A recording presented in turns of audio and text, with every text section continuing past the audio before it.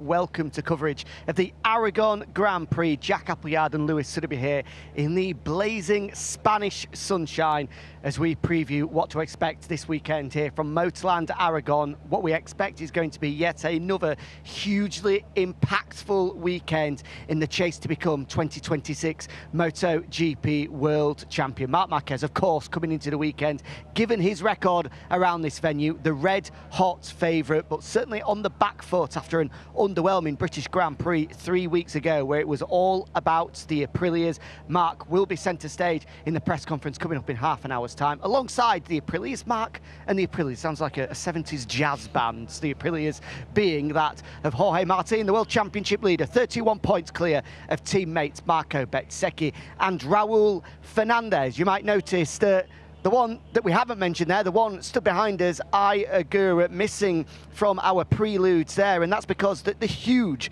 breaking news coming into this weekend, announced just 24 hours ago, is that the man sat third in the World Championship, one of our big title contenders, Agura, out of the weekend after a training crash whilst back home in Japan in the break-in between Silverstone and here at Aragon. A left front fracture which has been operated on. Rehabilitation and recovery will continue from tomorrow for the Japanese star, but a hugely impactful moment before the weekend has even begun. A huge shame for Trackhouse and for Ayagur in particular. MotoGP always just seems to find a way for teams when they're riding high to bring them back down to earth. Of course, victorious last time out with Raul Fernandez, but now down to two riders with Lorenzo Savadori stepping in, but not the two they would have wanted. No, and Trackhouse in such red-hot form. Second time we've used the phrase red-hot, because it is red-hot here at Motorland Aragon here this weekend.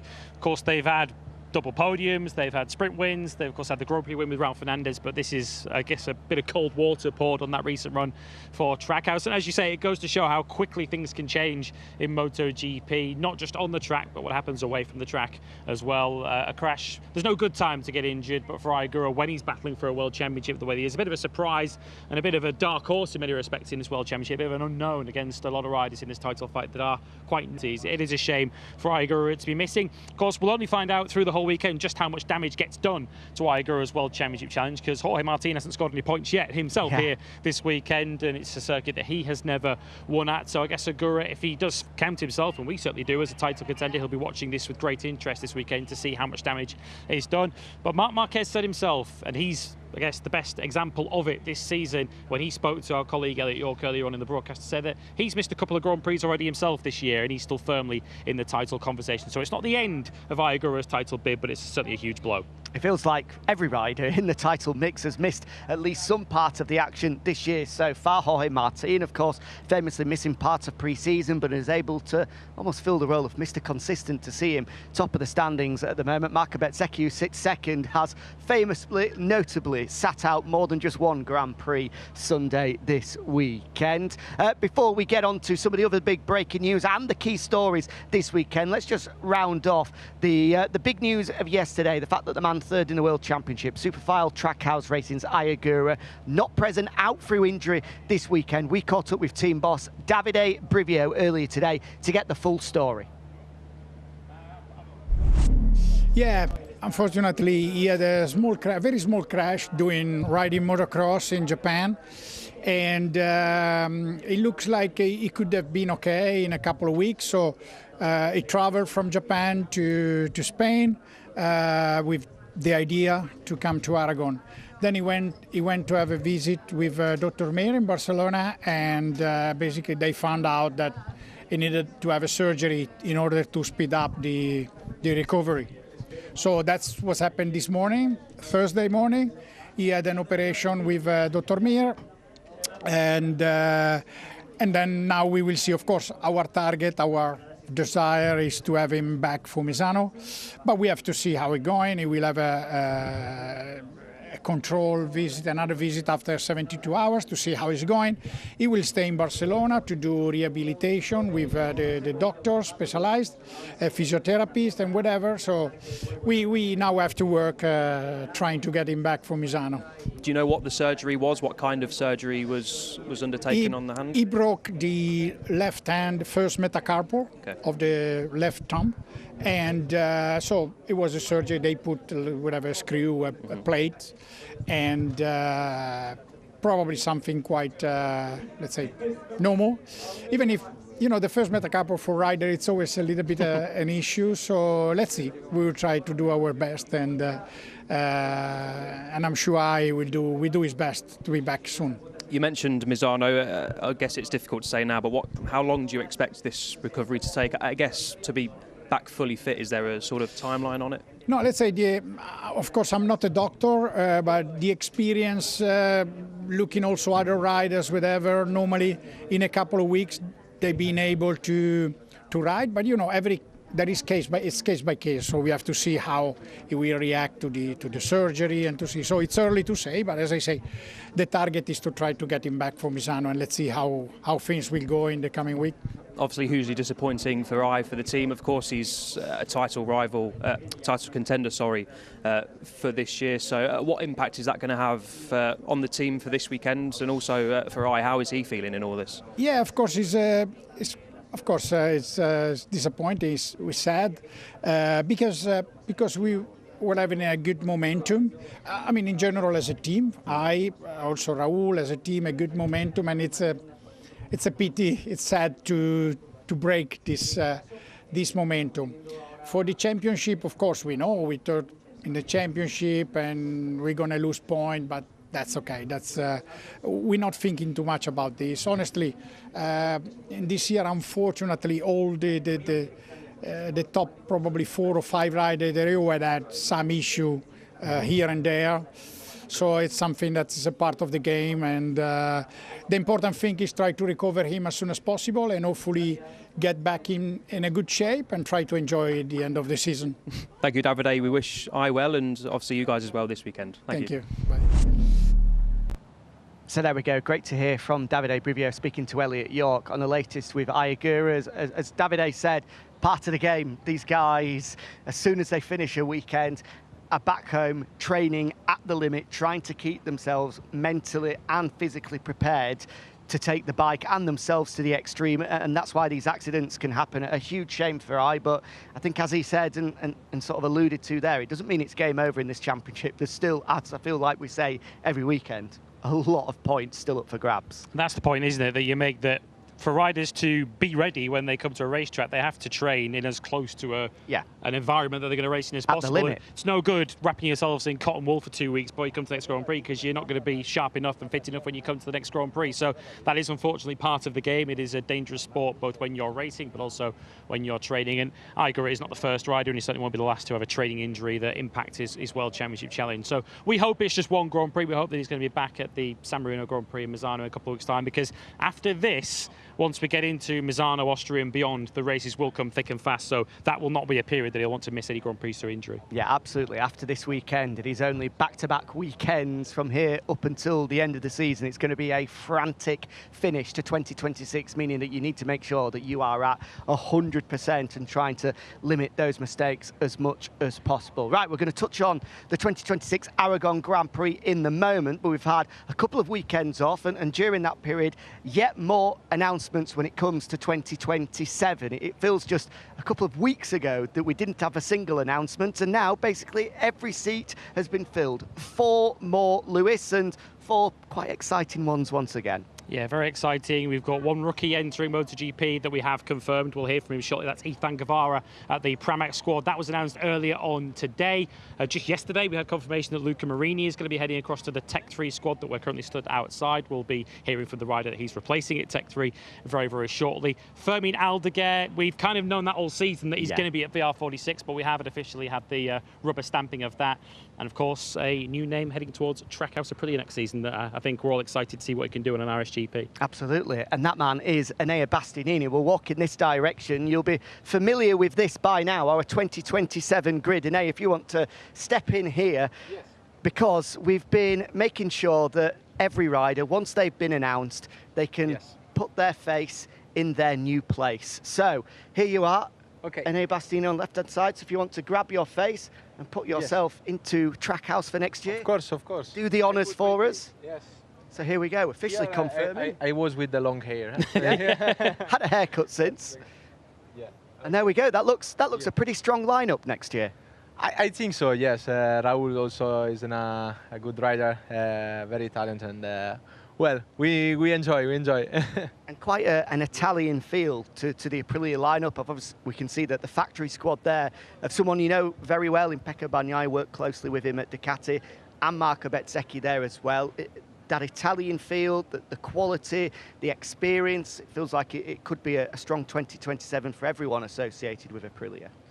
Well, I think we'll be like this, and I think me and Pecco, we come from a lot of experience with on a different bike. He does a lot of time in Ducati, and me, I'm staying the last 2 years here in KTM, and well, I can bring all the positive, I think, for the future.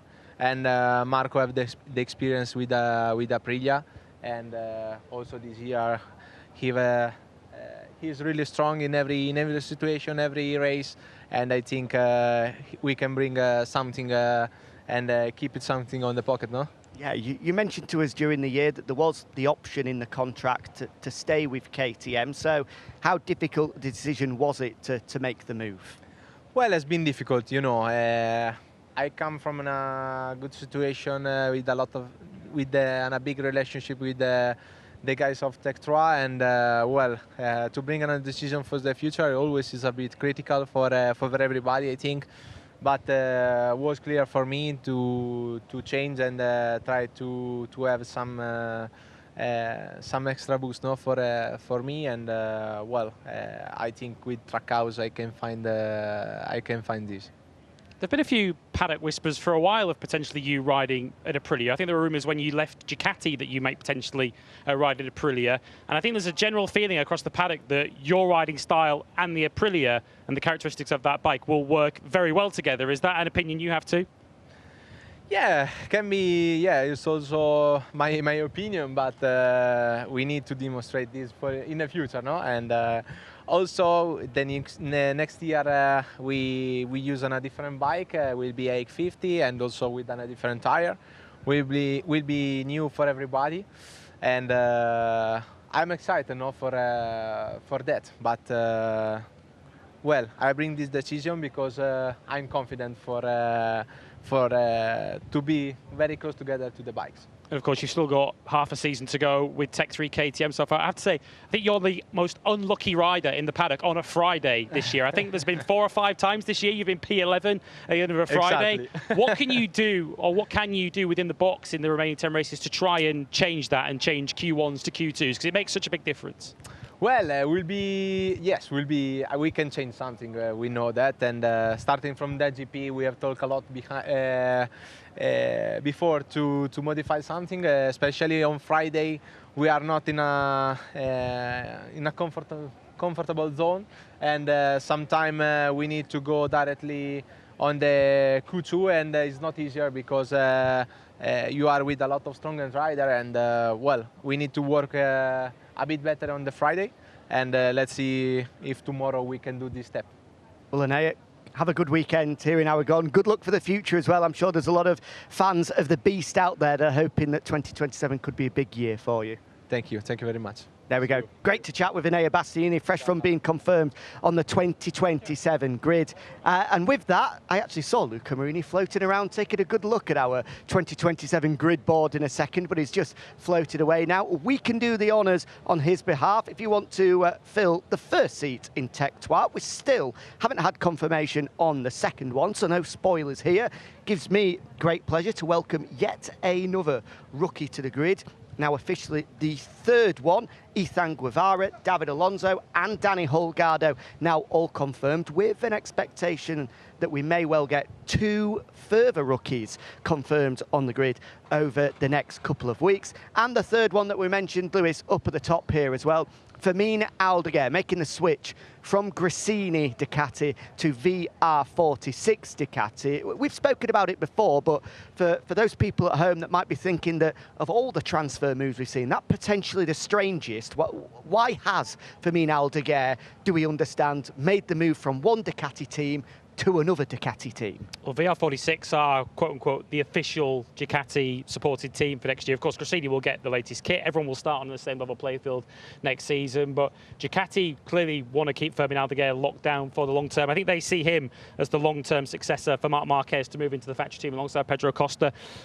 If you just purely look at that trio there, of course, we're awaiting the confirmation of Aldeguer's partner at VR46. That is such a strong trio of Spaniards for next season. Marc Marquez, Pedro Costa and Fermin Aldeguer. You can almost argue the past, the present and the future all in one go of Spanish MotoGP success. So Aldeguer, there was no surprise whatsoever that Aldeguer was going to get that spot. Of course, we knew he was going to stay within the Ducati family, and the only other spots remaining were at VR46. And yeah, we're expecting big things. I don't think any of us would be surprised if he's giving both Marc and Pedro a real hurry up at the start of next year. No, absolutely. We have not seen the best of Fermin Aldeguer this year for many reasons. The most obvious one being that nasty leg break in January. He's also not on the most competitive Ducati at the moment, with the GP26 and the Aprilias having taken the step that they have. But watch out for this man next year. I think everyone is expecting a big year from Fermin Aldeguer. And with them all confirmed, let's hear from them then. Very quick snippets from the latest riders to be confirmed on next year's grid. Luca Marini, Ethan Guevara and Fermin Aldeguer. They were all speaking to us earlier today. Really excited for the future. Let's see what we can achieve there. Obviously, now I'm really focused on the present, try to do my best here, as I did from the first moment that I came to Honda. I know everything that I did here and everything that the effort that we put. So at the beginning, when they told me the decision, I was a little bit sad. This is true. It was a little bit difficult moment for me as a human. But you need to accept it. You need to accept it and move forward and try to keep pushing, keep working on yourself and what you can do every day in the present. So this is what I did. And the first time that I started to talk with KTM was really with a nice feeling, with some inspiration, because I felt a lot their passion. When you talk with some in the highest floor,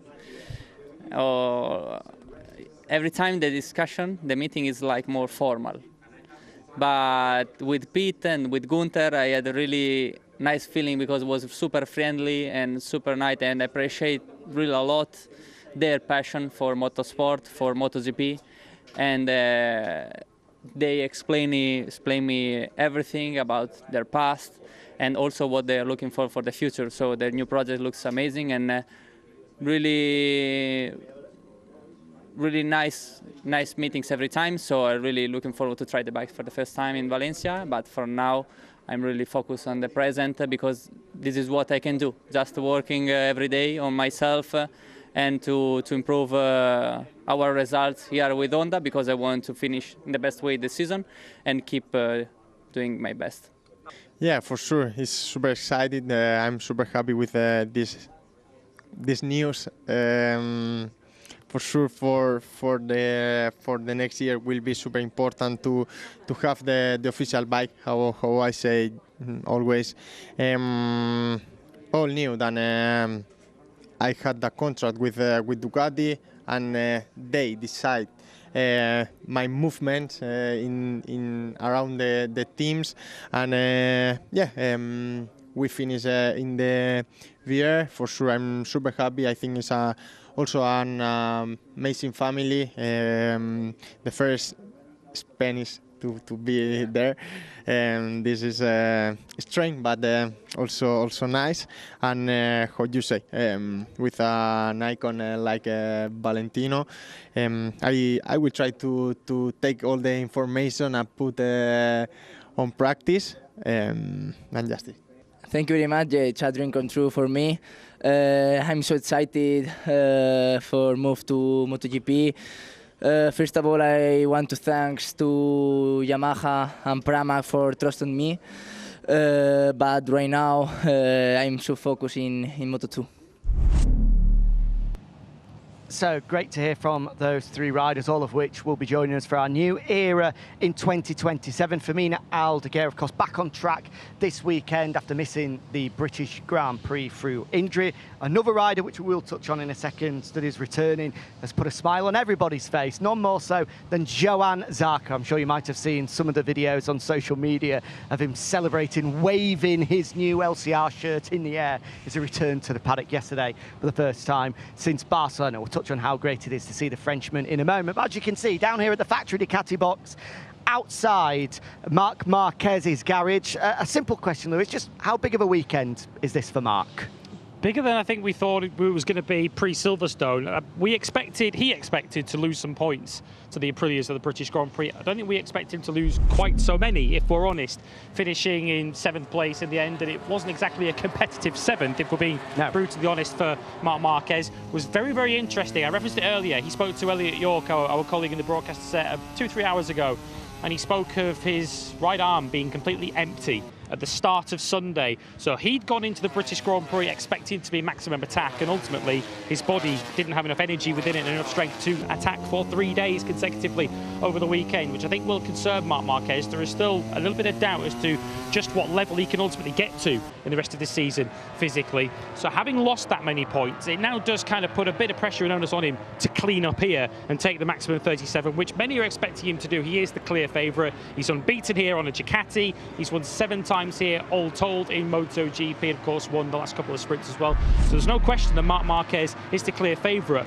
But I think what Aprilia have done, and Jorge Martin especially, with that 31-point championship lead, with the double podium and the sprint win, of course, at the British Grand Prix, if Martin can join Marc Marquez on the podium here this weekend, he's almost cushioned the blow that a Marc Marquez double win would deal to it. It's a bit of a free hit for Jorge Martin as a result this weekend. For Marc Marquez, though, there's an expectation everywhere, none more so than in that garage, that he will take the double win, and anything less than that, I think, is going to really open the door to his competitors and thinking, right, this is the opportunity of a lifetime now to beat him to the World Championship. It's good to know that we're not talking rubbish as well, because I remember throughout the weekend in Silverstone, ahead of it, we said there was a general feeling that the time off during the summer will have allowed Marc to get to a position where his right arm, his physical condition, has taken a step forwards. But as you explained, he attacked the weekend with a feeling that he could for the very first time, and he couldn't. It was a real underwhelming weekend, quite an alarming one, I imagine, for Marc as well, knowing that those limitations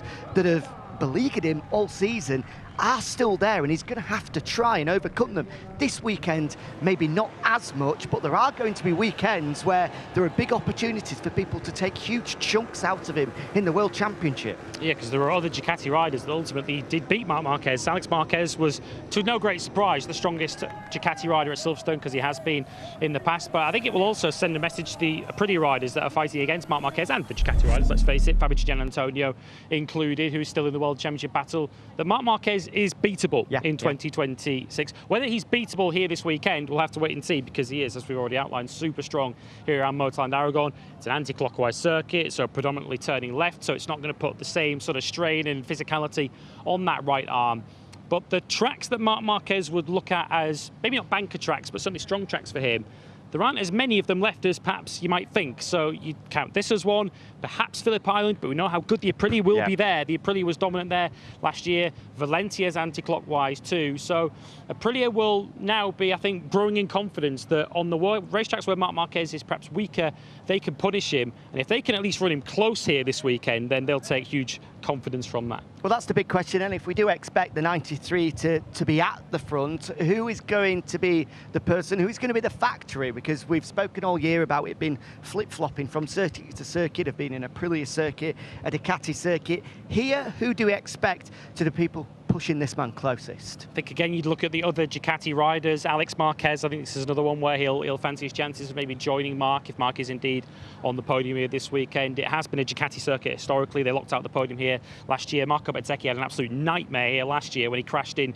qualifying and found himself right down the back of the grid. Of course, Jorge Martin hasn't been here before on an Aprilia. Not that that necessarily slowed him down at Silverstone, in fairness, but this does feel, in the balance of power, the pendulum between Ducati and Aprilia, this one feels a little bit more in the direction of Ducati. So the Marquez brothers and Fabio Di Giannantonio, they've got to look at this weekend as an opportunity to make some big profit. Yeah, the grip levels here are known to be pretty strong, which is going to be a big help for Ducati. The layout as well, there are some fast-flowing parts, but are predominantly stop-starts, which will help the Ducati. So I think we are thinking it's going to be far more level rather than seeing the Aprilia dominance that we had at Silverstone a few weekends out. I guess for Silverstone, for Aprilia, given what happened at Silverstone, there almost needs to be, once again, that feeling of just, as Paolo Bonora likes to tell us every weekend, going weekend by weekend, keeping their feet firmly planted on the floor, and if things aren't coming as easy as they were last time out, just collecting the points that they can, given the success that they had just a few weeks ago. Yeah, Aprilia had never won here at Motorland Aragon. As mentioned, it has been a Ducati-dominated circuit over the years. It's going to be interesting to see how Marco Bezzecchi pulls up here this weekend, of course, having had a couple of weekends to rest his body. And I think he needed all of those 2 weeks to rest up. He was absolutely spent at the end of the British Grand Prix weekend for obvious reasons, given his return from that broken collarbone to staying at the Saxon Ring. So to get out of Silverstone with the double podium for him will have felt like 2 victories. So we'll see this weekend just how much stronger Marco Bezzecchi is.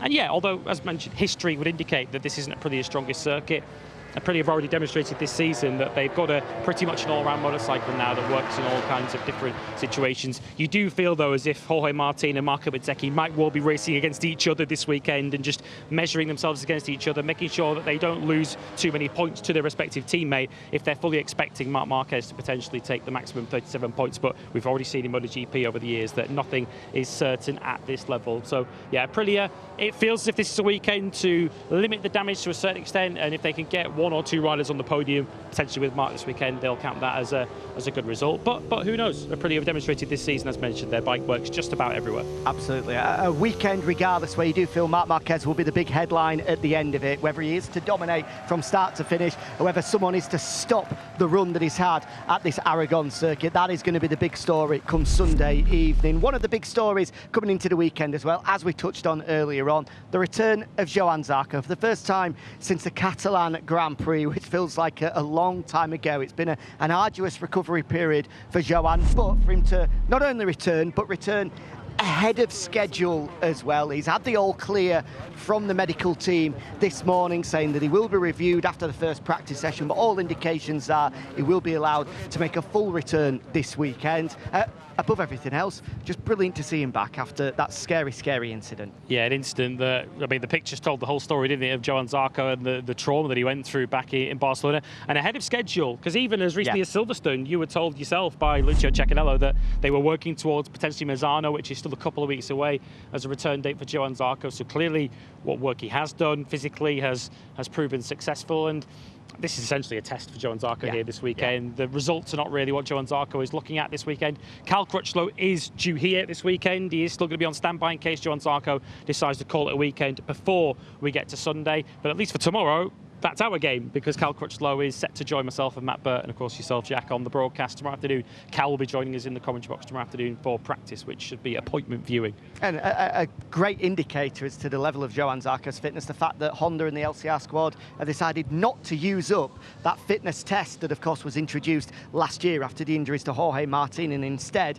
have made his return at a Grand Prix weekend ahead of what they thought he was going to be. So clearly the fitness in that left knee is much greater than what they had first anticipated. And of course, didn't have a surgery either, crucially. If you have a surgery, you automatically then have to face a medical. Absolutely, absolutely. So great to see Johann Zarco back this weekend, as we mentioned, with Fermin Aldeguer as well. Okay, coming up in the press conference, unsurprisingly, Marc Marquez and the Aprilias, the factory Aprilia duo of Jorge Martin and Marco Bezzecchi. And one man that I don't feel have mentioned, we've got about 60 seconds to do so. Victor last time out, Ralph Fernandez, we heard from him earlier on when he was speaking to the media. He says, I don't feel just yet like I'm in that title picture. A huge weekend here, 2 big results on Saturday and Sunday could put him right in the picture frame. Of course, carrying the burden, not entirely the burden for Trackhouse Aprilia, but in terms of challenging at the front, he will be. Lorenzo Savadori, with the greatest of respect, I don't think we're expecting him to produce podium finishes this weekend. He's there to ride Igor's bike this weekend. So it's a chance for Ralph Fernandez, to prove to us, but to prove to himself that he has that consistency to challenge for a world championship. He, as you say, doesn't quite believe he can yet. If he takes another double podium this weekend, then surely even he will start to believe. Because that's the big thing with Raul Fernandez that we've spoken about. He's shown glimpses throughout weekends, maybe one full weekend together, but he's not been able to sort of put a run together yet. He crashed in the sprint in Silverstone, didn't he? Exactly, week in, week out, making sure that he delivers the results that he is capable of and that bike is capable of. So a bit of a home GP for him. Raul from just outside of Valencia, so not far to travel for him, his family and all of the fan clubs. So let's hope it can be a big weekend for Raul Fernandez. Right, let's get this 13th round of 2026 officially underway then with the pre-event press conference. MotoGP is all action from here until the end of November. 10 Grand Prix in the space of 14 weekends. It is going to be fast and frenetic as the 2026 World Championship is decided. And I'm not a betting man. If I were, it's probably going to be one of these four riders we're about to hear. He is a betting man, by the way. Yes, and it probably will be one of the four riders. Marc Marquez, the factory Ducati rider, of course, hoping to make it a hat-trick of Aragon victories here this weekend. The World Championship leader Jorge Martin, his teammate Marco Bezzecchi, now 31 points adrift and victorious last time out at Silverstone. Raul Fernandez, all four riders will be there previewing this weekend here at Aragon alongside our very own Matt Burt. Over to you.